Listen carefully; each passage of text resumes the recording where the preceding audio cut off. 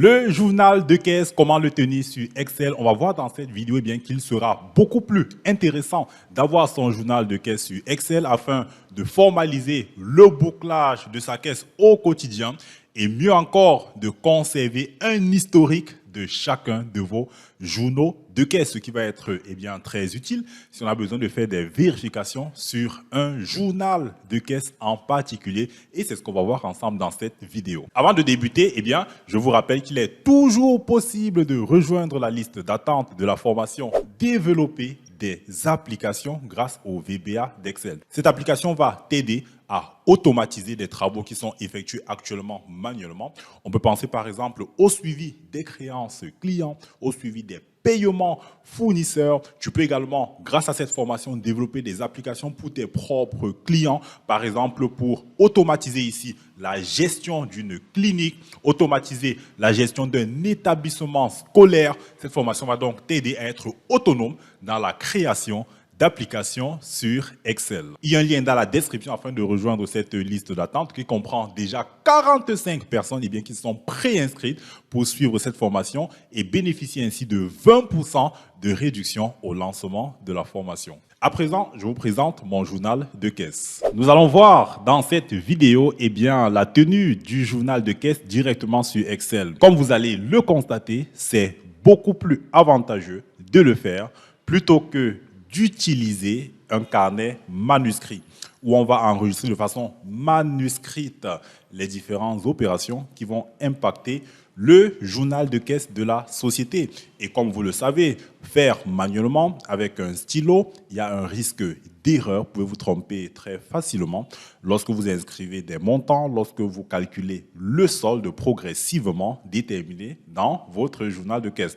C'est pourquoi je vous présente mon application conçue avec le VBA d'Excel pour vous montrer effectivement qu'il est beaucoup plus intéressant de le faire sur Excel et de pouvoir ainsi documenter les opérations qui vont affecter votre journal. Donc ici, notre outil a trois onglets, trois feuilles de calcul. On a la feuille data, on a la feuille journal et on a la feuille journaux. La feuille journaux permettra ici d'enregistrer l'historique de vos différents journaux de caisse, de ne pas perdre la trace de ces différents journaux. Comme ça, demain, si vous avez un contrôle sur votre caisse et qu'il faille par exemple revenir sur un numéro en particulier, c'est beaucoup plus intéressant de retrouver ces différentes opérations, n'est-ce pas, sur Excel. Et c'est ce qu'on va voir ici. Si vous sélectionnez ici un numéro de journal donné, par exemple ici, si on met le numéro 4, vous avez les différentes opérations qui sont chargées automatiquement, n'est-ce pas? Intéressant ça. Donc, allons-y sur la feuille data. Je vous présente ici comment déjà l'utiliser. Donc ici, vous allez mettre le nom de votre entité, parce que le nom de l'entité va remonter sur le journal de caisse. On va par exemple ici mettre un nom, vidéo de compta, LTD, très bien.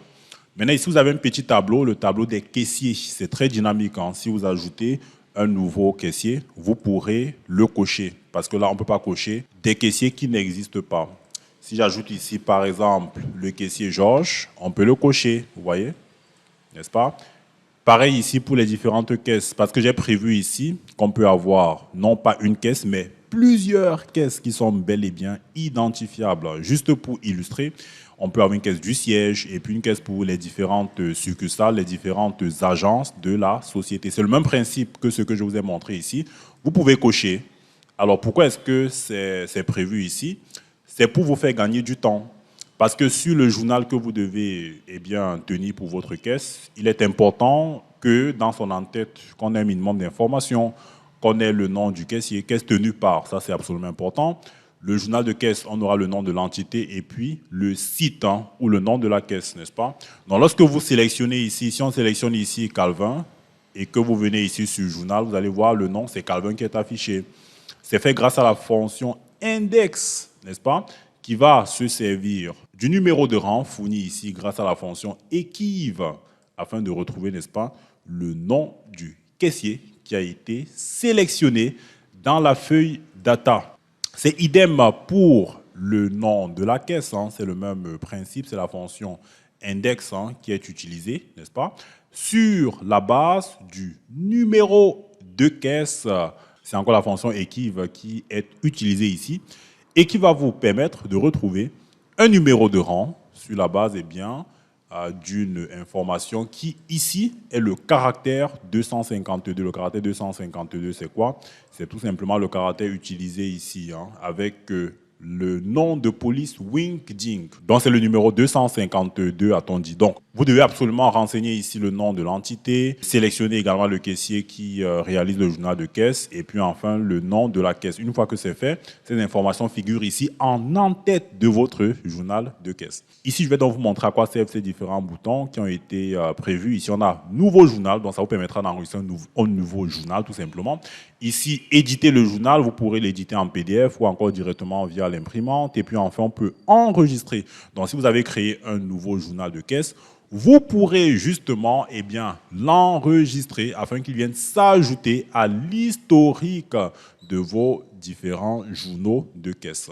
Donc, si je clique ici sur « Nouveau journal », qu'est-ce qui se passe? Il me donne ici, par défaut, un report de solde. Le solde qu'il me donne, c'est celui-ci. C'est le tout dernier solde qu'il va identifier dans l'historique des journaux de caisse. Donc, pour avoir ce solde par défaut, c'est dans le VBA. Si je fais Alt F11, je viens ici sur le module macro caisse. Vous venez ici sur Nouveau journal. Vous avez donc les différentes lignes de code qui permettent de faire ça. Par exemple, la première ligne va vous aider ici à effacer les informations qui étaient existantes sur le journal de caisse. Déjà, pour commencer, on a mis du WIF journal. Journal, c'est quoi? C'est le nom de code, le code name de la feuille sur laquelle vous allez cliquer sur le bouton Nouveau journal. Donc, le WIF ici permet d'éviter qu'on puisse reprendre à chaque fois le nom de l'objet, point nom de la plage sur laquelle nous voulons effectuer notre opération. Parce que si on ne mettait pas ce WIF, on aurait été obligé, je vais faire ici du CTRL-C, ensuite CTRL-V. Vous devez être obligé de répéter cela à chaque fois ici, n'est-ce pas? Donc, ça me permet d'éviter ça et de gagner également de l'espace mémoire lors de l'exécution du code. On appelle ceci de l'efficacité dans la rédaction de code. Dans la première ligne ici permet d'effacer donc des informations qui sont existantes ou sur range. Range ici c'est plage de cellules. C'est un objet qui désigne ici une plage de cellules. Quelles cellules? Les cellules allant de D6 à I31. Donc si je reviens ici, ou alors on va réduire ici pour vous montrer beaucoup plus clairement la présentation du code. Donc ici on a dit on va effacer les données qui se présentent depuis les cellules D6, donc si je viens ici sur D6, ça commence ici, jusqu'à I31. Donc de D6 jusqu'à I31, ça veut dire qu'on ira jusqu'ici, n'est-ce pas? Il est question dans un premier temps d'effacer toutes ces informations et puis deuxièmement, d'ajouter l'information report de solde sur quelle cellule? Sur la cellule F6, range F6.value. Donc on peut dire que je vais attribuer une valeur à la cellule F6 et la valeur qui sera dans cette cellule, ce sera quoi? Ce sera report de solde. Ça, c'est donc du texte qui va figurer sur cet emplacement. Et puis, en troisième lieu, il faudra que je retrouve le montant du solde à reporter sur cette première ligne d'information. Donc, ce solde, où est-ce que je vais le trouver? Je vais le trouver sur la feuille Juno. Vous voyez que j'ai pris l'objet Juno, n'est-ce pas? Juno.range H999. Donc, ça veut dire qu'on viendra ici sur Juno, tout simplement, sur la colonne H. Et puis, je suis allé sur du H9999, 9999, parce que je souhaiterais partir d'une cellule sur laquelle je suis quasiment sûr qu'on n'a pas renseigné des informations jusque-là. Et puis, je vais me servir de la méthode AND.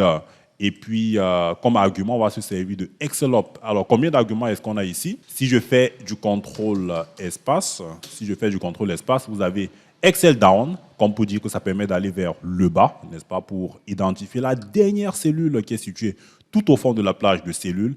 Excel to left, ça permet d'aller sur la gauche pour identifier la cellule qui est sur l'extrême gauche. Excel to right, sur la droite. Et Excel up, vous voyez ici le code, le VBA, c'est uniquement en anglais, on va dire ça comme ça. On est un peu obligé de maîtriser, bon, pas forcément de maîtriser, mais de comprendre, ne serait-ce que des fondamentaux de la langue anglaise pour être beaucoup plus à l'aise dans la rédaction du code. Donc ici, ExcelOps, c'est vers le haut, point value. Donc on va prendre la valeur de la cellule qui aura été identifiée grâce à cette ligne de code. Et ici, je suis en train de dire if not is numérique. Donc, si ce n'est pas une valeur numérique, alors dans la cellule G6, de quelle feuille? On a dit ici, oui, journal, donc de la feuille journal. On revient ici sur journal, n'est-ce pas? Eh bien, sur la cellule G6, ce sera ici. Il faudra donc eh bien, renseigner la valeur 0 si le montant, si ce qui a été retrouvé n'est pas une valeur numérique, hein, ce qui a priori voudrait tout simplement dire qu'on serait tombé sur la toute première ligne qui comprend la valeur solde, n'est-ce pas? Donc, une fois que cette étape est... nous sommes ici dans l'expression conditionnelle if. Hein. Donc, si ce n'est pas... Si c'est pas une valeur numérique, alors il faudra mettre 0. Sinon, dans le cas inverse, il faudra tout simplement récupérer la valeur qui aura été trouvée et l'insérer dans la cellule G6 de la feuille journal, tout simplement. Donc, c'est ce que signifie en fait hein, cette ligne de code. Pour ceux qui vont eh bien, prendre la formation, développer ses propres applications grâce au VBA d'Excel, vous allez avoir une explication pas à pas, n'est-ce pas, des fondamentaux afin de pouvoir parvenir à un niveau d'expert pour pouvoir développer également avec le VBA d'Excel. Donc, pour ceux qui ne se sont pas encore inscrits dans la liste d'attente, il y a une liste d'attente dans la description de cette vidéo. Eh bien, allez-y, remplissez le formulaire et mettez votre adresse email pour être contacté pour pouvoir eh bien, suivre cette formation et bénéficier ainsi d'une réduction de 20% au lancement de la formation, développer ses propres applications grâce au VBA d'Excel. Donc ici, j'étais en train de présenter quelques lignes de code qui ont été prévues. Là, nous sommes dans le module macro-caisse. Vous allez voir que ce module comprend plusieurs sous-procédures, parmi lesquelles eh bien, la sous-procédure nouveau journal. Hein. Et lorsque vous avez rédigé une procédure comme celle-ci, qu'est-ce que vous faites? Vous venez ici faire un clic droit. Ensuite, vous prenez affecter une macro. Et vous choisissez donc la macro qui est concernée ici. C'est quelle macro? C'est nouveau journal et vous cliquez sur OK. Comme cela, dorénavant, lorsque vous cliquez là, ça vous permet donc d'exécuter le code que vous avez prévu dans votre module et dans votre sous-procédure. Donc, une fois que vous avez cliqué sur nouveau journal, vous avez ici le report de solde qui est fait automatiquement et vous pouvez saisir vos différentes informations de journal. C'est ce qu'on va faire. Comme vous pouvez le constater, lorsque je valide une opération, lorsque je mets le montant en encaissement ou en décaissement, vous avez le solde qui est calculé automatiquement. Ici, ce n'est pas une formule, hein, c'est fait également grâce au VBA d'Excel afin de déterminer de façon progressive le solde à la suite de chacune de vos opérations. Lorsque, à la fin de la journée, vous faites le contrôle de votre caisse, vous allez vérifier que le solde eh bien, correspond à ce que vous avez effectivement en caisse, à ce que vous détenez comme espèce en caisse, parce qu'il ne faudrait pas qu'il y ait un écart entre les espèces détenues réellement en caisse à la suite de votre inventaire et puis le solde qui ressort de votre journal de caisse qui devrait bien entendu correspondre à celui que vous avez dans votre grand livre comptable caisse. En cas d'écart, vous devez mener des investigations afin de retrouver l'opération à l'origine de cet écart.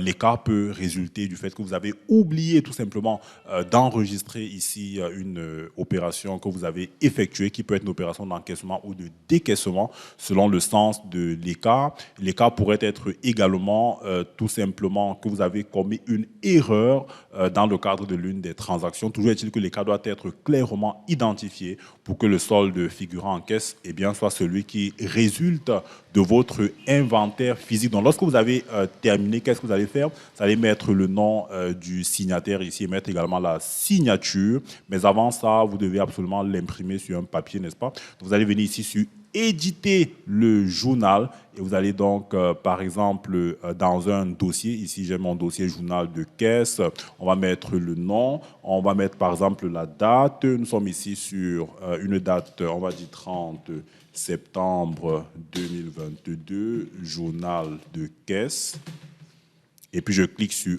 enregistrer. Donc, ce journal, eh bien, il est enregistré dans un dossier. Moi, je l'ai enregistré en version PDF. Vous pourrez directement l'imprimer sur votre imprimante, parce que si vous le mettez en PDF, comme je suis en train de le faire, vous allez devoir ensuite eh bien, l'imprimer également, ce document, pour pouvoir le signer et l'archiver, parce qu'une fois que ce sera archivé, ça sert donc de preuve pour des contrôles qui pourraient être faits par la suite. Donc, une fois que vous avez réalisé ça, vous pouvez enregistrer. Donc, le fait de cliquer ici sur le bouton enregistrer, ça signifie que ce journal va tout simplement être exporté dans l'historique des journaux. Ici, on a pour dernier numéro d'identifiant le 5, donc c'est le 6 qui sera le nouveau numéro. Si je clique sur enregistrer, on dit journal enregistré sous le numéro d'identifiant 6, je clique sur OK et vous avez effectivement eh bien, ces nouvelles lignes qui viennent d'apparaître.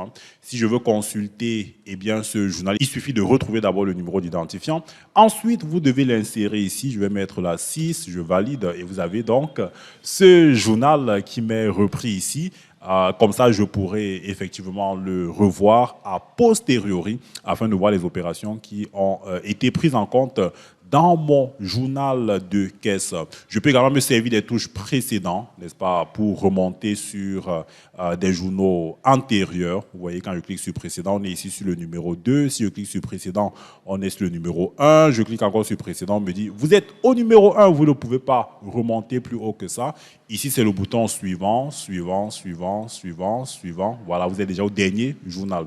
Donc voilà pour la présentation de mon journal de caisse. Vous avez une version tout à fait gratuite qui vous est présentée dans la description. Et pour ceux qui veulent aller plus loin eh bien, et suivre la formation, développer ses propres applications grâce au VBA d'Excel, nous sommes toujours en train de collecter, de constituer une liste d'attente. Vous pouvez la rejoindre afin de bénéficier d'une réduction significative dans le cadre du déroulement de cette formation. Merci encore d'avoir regardé cette vidéo jusqu'à la fin. Alors, si tu souhaites devenir un utilisateur avancé d'Excel qui maîtrise de A à Z le VBA afin de concevoir ses propres applications pour automatiser les tâches répétitives au sein de l'entreprise, on peut imaginer des tâches telles que la gestion de stock, si vous ne disposez pas d'un logiciel pour ça, la gestion des RH, la paye, la gestion de la relation client, la facturation, le suivi des paiements fournisseurs, etc., etc. On peut imaginer toutes sortes d'activités qui peuvent être automatisées effectivement grâce au VBA d'Excel. Il y a un lien dans la description qui te permet de rejoindre la liste d'attente de ceux qui veulent se former sur le VBA. Rejoignez la formation concevoir ses propres applications grâce au VBA d'Excel. Il y a un lien dans la description pour cela. Si tu n'es pas encore abonné à la chaîne, qu'est-ce que tu attends? Abonne-toi, active également les notifications afin de ne passer à côté d'aucune vidéo qui feront de toi un expert en compta et sur Excel.